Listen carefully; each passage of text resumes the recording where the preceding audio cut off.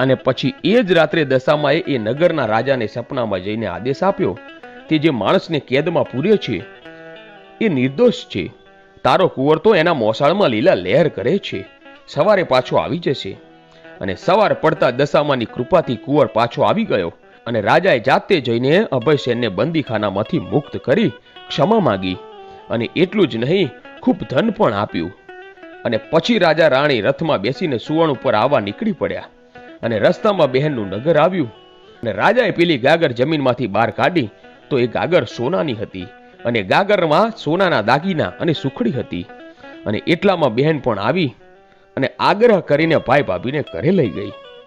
2 દિવસ રોકાઈને રાજા રાણી આગળ ચાલ્યા.